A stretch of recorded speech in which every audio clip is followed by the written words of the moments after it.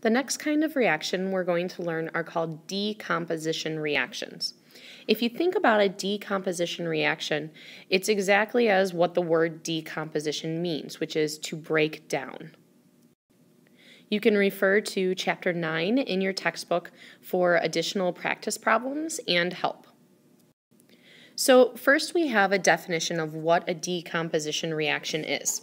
A decomposition reaction is always going to start with a single compound, and that single compound is going to break down into two or more elements or new compounds. And so here's a general example of what the reaction looks like. You have your single compound, so AB, and it breaks down into two elements, element A and element B. Now, this is going to require energy in order to break those bonds apart. So here's an example for you.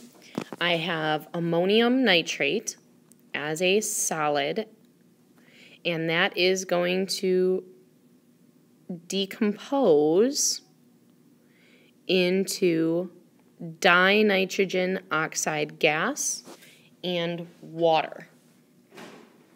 So if I were to write this out in words, I would have ammonium nitrate decomposes into dinitrogen monoxide and water. So why do we learn about these different reactions? Well, when we have come to understand how these reactions work, we've actually used these reactions in different technologies. So, for example, we actually use a decomposition reaction in order to inflate airbags. And what happens with your airbags is when there is an impact, that sends an electrical signal to a compound called sodium azide. And these little pellets of sodium azide then have a reaction where the sodium azide breaks down, and when it breaks down, there's a nitrogen gas that is very quickly released, and that fills up your airbag. And so we get a chemical reaction that looks like the following. So sodium azide pellets are a sodium and nitrogen compound that you can see over here on the left-hand side. And that solid then decomposes into sodium gas sodium as a solid and nitrogen gas. So here's your solid sodium that is left. And here's the nitrogen gas that then fills up your airbag. So the next thing we want to do is try to do some practice. So here is your word equation. We have aluminum oxide, and that is going to decompose when electricity passes through it. So our first thing we want to do is make our compound correctly. So we have aluminum and we have oxygen. So we need to first find out what the charges are and correctly make our formula. Take a second to do that.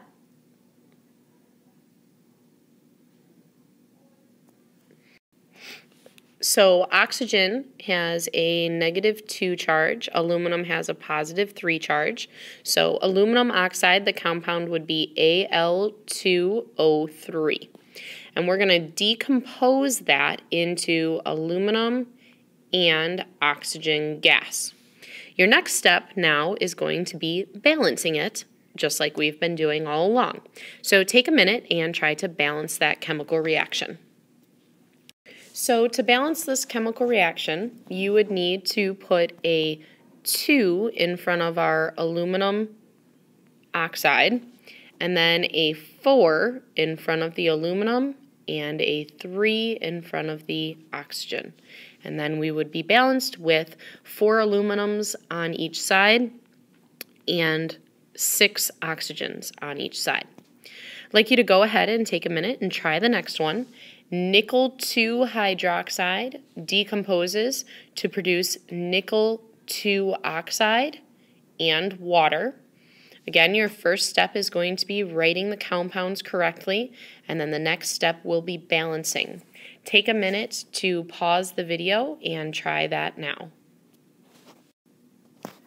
If you're struggling with this, the first thing we have to do is make our compound.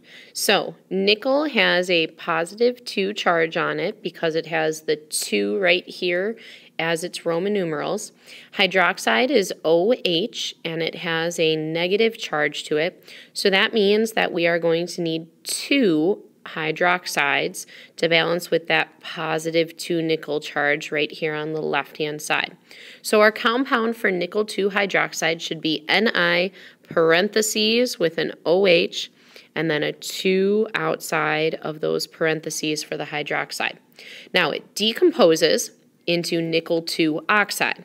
So we have a positive 2 on the nickel 2. Oxygen has a negative 2, so we're going to write that NiO. The positive 2 and the negative 2 balance with each other.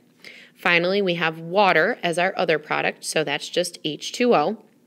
Don't forget to put in that which ones are solids, and water is a liquid, so don't forget about those.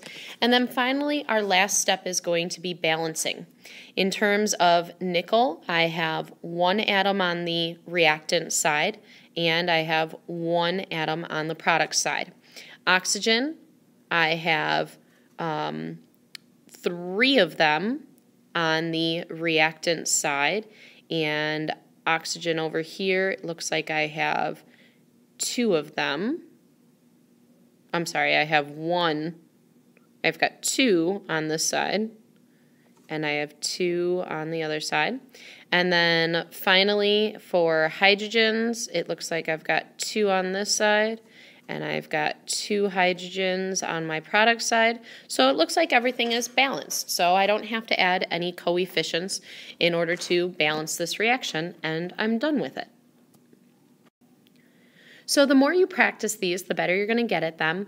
Again, you have to know how to follow the word equation that you're given here, writing out the chemical reaction, and then of course balancing it.